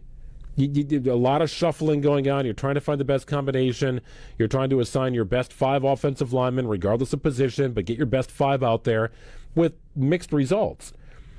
I would argue the Packers' offensive line has won the battle in the offensive trenches the last 3 weeks, and it's led to consecutive wins. Can you do it against a Denver unit, however, that gets to the quarterback with regularity? Their defense is really good. You talked about Bo Nix. He's on my list. He's going to give you a couple opportunities. You grab it because he's erratic. He's a young quarterback. He's emotional. He's erratic, so he's going to give you a couple. And then Sean Payton's good enough to bring him back, and then they start running the football again. And so there's going to be some shots out there where they can get some picks.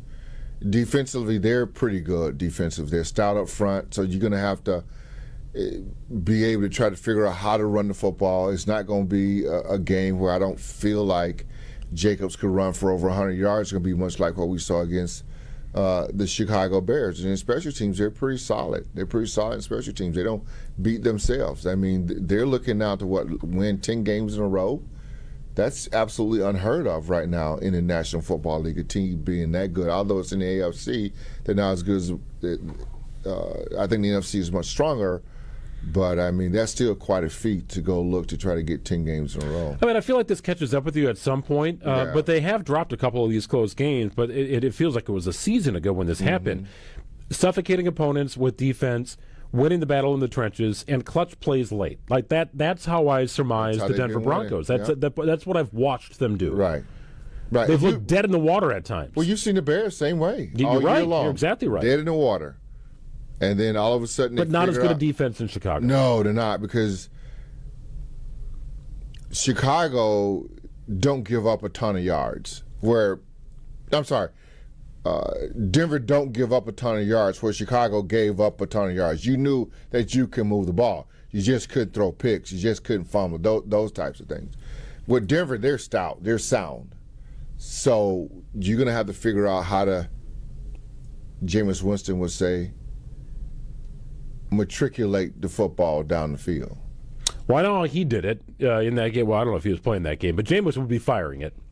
Jameis would be firing it. This will be a very interesting game plan from Matt LaFleur, because he has been on the gas pedal here with the performance against Detroit. Kind of off the gas pedal, but did what was required in a win over Minnesota, and I thought it was brilliant strategy. A little mix of both. But it was effective. They had effective offense yesterday for the most part. A couple of drives ended in punts, some self-sabotage from the Packers with the pick, or a second down and 8, and all of a sudden the house is sent and Love's fighting for his life, and whatever, sack, you lose 8 yards. A little bit of that yesterday. I'm curious to learn what Matt LaFleur feels like he can do to win against Denver, a team that doesn't have to get too crazy to get to the quarterback. In other words, they can probably use their front four, leave bodies in coverage. So now you're looking out and being like, well, where are my open guys at? Like, how do we do this? So, and a tough team to run against. No, they are. And their receivers, they got big receivers. So they can throw to the top of you, too. So Bo Nix, the guys that he have, there's a little bit leeway where he doesn't have to throw a perfect pass. And it's going to be a good game. I mean, I can't wait to see it. Most certainly 4 weeks left. You got to try to figure out how to win at least 3 of these last 4 games. I think you're right on that. So I think if you get to 12, you're in pretty good shape to win the division, especially given where the Packers are with their division record right now. I think they could absorb a division loss and still win the division with 12 wins. Yes. Yeah, the tie gets a little wonky. It's not really playing too much into things right now. We'll see if it will. I mean, it could be, conceivably. I think the tie is going to be to their advantage. Right now it seems to be that way. Right now it seems to be that way. We'll see if that holds on. But a few weeks ago I looked at this and said this is likely going to be the Packers' next loss. Road game, challenging environment, going to be cold weather football, which the Packers are certainly accustomed to, but also against maybe the best defense they've seen since Cleveland. I would agree that game with in Cleveland didn't go well, and Denver is overall a better team than which means Cleveland. you got to take the points when you get them. For sure. And possessions will be key. I'm looking forward to it. Very much looking forward to it. When we come back, we'll do a little deeper dive into other aspects of the Green Bay Packers we didn't get to. Kind of a grab bag of stuff here as we close out the program. Potawatomi Sportsbook Football Monday. Quick update on the Monday Night Football game. You've got the Chargers with the 7-3 lead over the Eagles. Almost done at the first quarter here, about 2.5 minutes left. Both teams 8-4. Both teams need a win here to kind of maintain their position. You got a couple of teams in their respective division that are trying to sneak up on the Chargers and the Eagles in the case of the Cowboys especially. And right now the Chargers are trying to chase down those Denver Broncos. Much more after this on 94.5 ESPN. Back with more on the green and gold after this on Potawatomi Sportsbook Football Monday. I take care of my bone health, so I remain strong and active as I age. You can too. It is never too early or too late to start taking care of your bones. Bones provide support to keep you moving. Maintain bone strength at every age by getting calcium and vitamin D in your diet and exercising regularly. Get on your own path to good bone health. For bone health tips, visit pathtogoodbonehealth.org. Kringle, all I want for Christmas is you. Dad! What? We talked about this. Yeah, your jingle for your Kringle entry last year was so lame that Racine Danish Kringle banned you from their contest. I thought it was only a one holiday season ban. It was a lifetime ban. Well, I guess I'm out, but here's how you can enter our ESPN Wisconsin Racine Danish Kringle Jingle for Your Kringle contest on Wilde and Tausch. Submit your own original jingle to ESPNWisconsinContest.com. Then we'll pick the most creative songs, and our grand prize winner will get Kringle for a year. Make sure you include Racine Danish Kringle. It's not just a treat, it's a tradition in your jingle. If you don't want to sing, but you still want to celebrate the holidays with Racine Danish Kringle, call 800-4DANISH or visit Kringle.com and order their all-new flavor, Peppermint Brownie Kringle. Racine Danish Kringle, such a tasty, yummy treat with a flaky crust and sweet icing. It's the best thing you can eat. Oh, like that's so much better than mine. Well, at least we're not off key. It's WTMJ's Kristen Bry, and I'm teaming up with the mayor of Milwaukee, Cavalier Johnson, to host the Milwaukee Holiday Gala, all to support Camp Rise and Toys for Tots. This year's party is stacked. Music by DJ Shauna, Mr. New York, and flying in all the way from Las Vegas, the Wynn's resident superstar, DJ 5. And you know Saz's Catering is bringing the food to keep Milwaukee happy and full. The location? It's a secret. Revealed December 10th. So get your tickets now at mkeholidayGala.org. That's mkeholidayGala.org.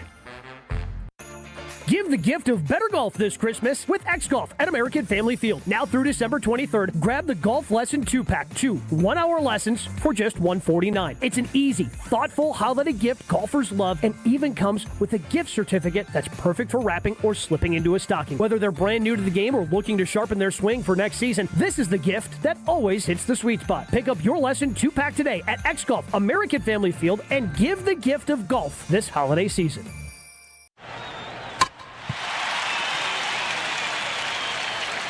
Hi, guys. This is the Rocket Roger Clemens. You don't pitch in the majors for 24 years without feeling it later. Shoulders, elbows, knees. Trust me, pain doesn't retire when you do. That's baseball legend Roger Clemens. I tried the ice. I tried rest, PT, nothing really worked. When I heard about QC Kinetics, the concept sounded promising. Non-surgical regenerative treatments that help your body heal itself without surgery. Sign me up, just what I needed, real lasting relief. Whether you're a former pro, a weekend golfer, or just want to walk around pain-free again, QC Kinetics uses cutting-edge technology and natural biologics to help restore and repair damaged tissue. I trusted them with my joints. Now I'm back doing what I love. Call QC Kinetics today and schedule your free consultation. Call QC Kinetics, 414-240-2298. That's 414-240-2298. 414-240-2298.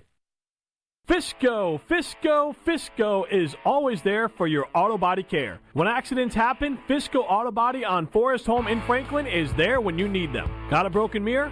They'll take care of it. Dented bumper? Scratch paint? Fisco Auto Body will take care of it. If there's any damage you need fixed, Fisco has you covered. Their expert workmanship is guaranteed for the life of your vehicle. So stop in for all of your auto bumps and dings. Once again, you know the line. That's Fisco. We're back with Potawatomi Sportsbook Football Monday, live from the Potawatomi Sportsbook Studios on 94.5 ESPN. 3rd and 1, Green Bay. Get to the outside, Jacobs. Can he get there? Swift. He breaks through. Josh Jacobs taken down by the 5 by Bayern. One of the key plays from the Packers' win over the Chicago Bears Sunday evening, Josh Jacobs bursting through Not even the line. I guess it was, but he was sort of pressing and stringing a run out, then exploding through the line. 5 Bears collide with one another. It was a 3rd and 2. Jacobs goes for over 20, setting up the final touchdown of the game and helping preserve a 28-21 win. Greg Matzik, Gary Ellerson with you, wrapping things up from Potawatomi Sportsbook Football Monday. Packers are on a bit of a roll right now. They have risen to the top of the NFC North Division standings. Still anybody's game here. You can see just how quickly from week to week things change in the NFL. The Bears go from the top seed in the conference, top team in the division, down to the number 7 seed. So they'd be the final entrant into the playoffs here, representing the NFC if the season ended today. So this continues to be can you give anyone's guess. So who's for right now, NFC West, who would be in it from the West? Is there 3 from the West or no? Let's go through the standings. So San Francisco had a bye this week too, which and this is the last week for byes. Okay. They got a late bye. Extremely late bye. So if you're sizing up the NFC right now, the Rams are on top of their division. They're the number 1 seed. They're 10-3. Okay. Packers are right behind the Rams at 9-3-1. Then Philadelphia at 8-4. Tampa Bay at 7-6. Those are your division leaders. Okay. The Seahawks are also 10-3. But they're behind the Rams right now in the standings because of the way the tiebreaker system works. So they, too, would be in this wild card position, along with San Francisco at 9-4. Oh, yeah. And Chicago at 9-4. So three are in from the West right now. 3 are in from the West right now. 2 are in from the NFC North. And then you've got your division winners here in Philly and Tampa Bay. Right, okay. So the NFC South right now with Tampa Bay. You want to talk about an arrow going the wrong direction, Tampa Bay. Yeah. And they are 7-6. Where is Carolina? This is really interesting. So they're also 7-6, but Tampa Bay owns the tiebreak over Carolina, best win percentage in common games. Now we're down to that tiebreaker, right? So this remains even in that division, which has been a little helter-skelter, as we kind of predicted it would be. In fact, I thought the Falcons would be a little better than they are, and they're 4-9. They're eliminated. But yes, it really becomes a battle of the NFC West and NFC North. It's possible one division could have 3 teams in. It's also possible both divisions have 2 teams in. But right now, the Lions are on the outside. The Carolina Panthers are on the outside. And we talked about how the win, or the tie, I should say, it kind of looks like it's helping the Packers right now. It's kind of hurting the Cowboys right now with a record of 6-1. Right. So that's your picture. And the only other team that has not yet been mathematically eliminated, but will be before too long here, is the Minnesota Vikings at 5-8. So still mathematically in it, but for all intents and purposes, they are not really in the playoffs. Well, I mean, they had a good game here on Sunday. I mean, you just don't know if that's real or not. But the Commanders are not what we thought they would be, so that's maybe a little bit of fool's gold there, beating them the way they did it. And so a lot of people thought the Commanders would be the one that would be winning that NFC East, but that's not panning out that way. And then you see Jaden Daniels get hurt again in this particular. I don't even know why he's in the game. He should be sitting down. He should not be playing. But I digress. I think at the end of the day, when you look at it, we start talking about the North and the West and how many teams they can get in. I think it's going to be where it's at. Survival of the fittest in the NFC South with Tampa Bay and Carolina. I mean, both of those guys are going to have probably, whoever wins that division is going to have a worse record than maybe the third team in the West and the North, which that's why I think, Greg, this stuff should go back and be re-examined at the end of the day. And I think seeding? Yeah, I think the seeding should be redone. There's no way that, let's just say, Detroit wins 9 or 10 games, and these jokers, Tampa and Carolina, only win like 8. Why should they get a home game? But you win. They put importance on winning the division. The NFL puts importance on that. They do not do that in the NBA. I know. Zero importance on winning a division. They should shake that up. Zero. And reseed it, I think. Because that shouldn't happen. You shouldn't reward them for winning 7 games, for crying out. You know, this happened, I think it was Seattle that got into the playoffs several years ago with a sub-500 record. And this was the Marshawn Lynch original beast mode game. So Seattle, I think they finished the season 7-9, and they had to host the Saints. And if I remember right, the Saints were maybe an 11-win team that year, and it was blasphemy. They got to go on the road. Like, what? Come on, are you serious? Right. And I believe Atlanta had won the division that year. A very good team in Atlanta. And what happened? Well, the Saints go on the road, and Marshawn Lynch boat races everybody into the way to the end zone. We learned what beast mode is all about. It sort of kickstarted things for Seattle, too. They all of a sudden come back at the Legion of Boom. They get Russell Wilson under center, and their dominance in that 3 or 4 year stretch started. But that was one of those instances where the home team had a worse record, but that's the advantage of home field advantage. Right, and I think that should not be, but I digress. Want to look at the AFC real quick? Sure. Here's your picture in the AFC. Denver, New England, Jacksonville, Pittsburgh, your division leaders right now, with Denver and New England at 11-2. Denver does own the tiebreak, best on winning percentage in conference games, and that could shake up before the end of the season. Jacksonville, 9-4. Whatever you think about Jacksonville, they're 9-4, right? They are 9-4. It's not an accident. Pittsburgh at 7-6 in it right now. Right. Buffalo is in it at 9-4. Certainly a dangerous wild card team. The Chargers also at 8-4. Huge game for them here tonight against Philadelphia. And Houston looked like a team that would give anybody a headache, especially on defense right now, beating the Chiefs yesterday and improving to 8-5. Because C.J. Stroud was out for like 2 or 3 weeks, and they would still manage to win games. Now he's back. Feels like they're playing a little bit better. You talk about their defense. Their defense is on fire. So, I mean, they got some high draft picks over there in the first round. They're playing really well. That's a team that in the AFC nobody really wants to play. It's probably the hottest team that's out there right now. Indianapolis, you're going to put an arrow next to them. It's going down. They are 8-5, and they might be having Phillip Rivers play quarterback, and that's not a joke. That's a problem. So this is a problem, no doubt, for Indianapolis. Baltimore is starting to surge a little bit here, 6-7. They own a tiebreaker over the Chiefs. The Chiefs also 6-7. And amazingly, for as terrible as the Dolphins looked at times this season, they had the same record as the Kansas City Chiefs and Baltimore Ravens. Can you believe that? They're still in it. Where did this come from? Right? It's just not a very good team. And everybody knows they're getting fired there, too.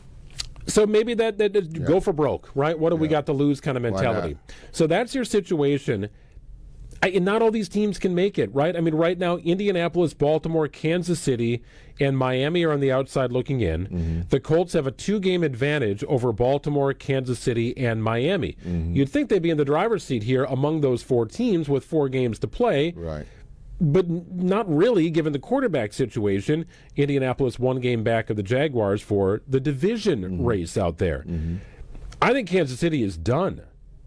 I think this is it. You've been saying this for 3 weeks now. I know I have been. I've tried to manifest it because I'm ready for them to be done. Done. But it certainly doesn't look like we've seen Kansas City look in years past. No, they're not what they used to be. They're done. I'm with you on that. Okay. I mean, they're old. Took you an extra week to come around on my side of that. But I like the progression of it all, though. I mean, I really do. I like to see an old team like them still trying to figure out how to get there when they know they're not what they used to be. And then I like to see the old team when they revamp it, because you're still going to have Mahomes as your quarterback, how they then revamp it and make a comeback and rebuild it. That's very exciting to me. Well, Patrick Mahomes is an elite passer. He is also, on this version of the Chiefs, their best rusher, which is probably not a good situation to have, but I feel like he's maybe been that before as well. Yeah. We are out of time here on tonight's program. I want to thank the fine folks here at Potawatomi Sportsbook for hosting us each and every week. The best place to watch sports in the state of Wisconsin is right where we are, and it's Potawatomi Sportsbook. Great crowd here for the Monday night game, as a matter of fact. Loud. There'll be great crowds throughout the rest of the football season. No doubt about that. We will be back again next week, recapping the game, hopefully a win here against the Denver Broncos, and looking ahead once again to a Saturday night contest. Make sure you got your schedule in compliance here. Saturday night, December 20th, night game at Soldier Field. Not a shock here that the NFL would take this and put it on a high pedestal, but a night game here for the Packers in prime time, Saturday night, December 20th, against the Chicago Bears. Thanks to Isaac for producing the program. He's Gary Ellerson. I'm Greg Matzik. Enjoy the rest of your night on 94.5 ESPN. Get your ride game day ready at Tsunami Express Car Wash. This December, any Tsunami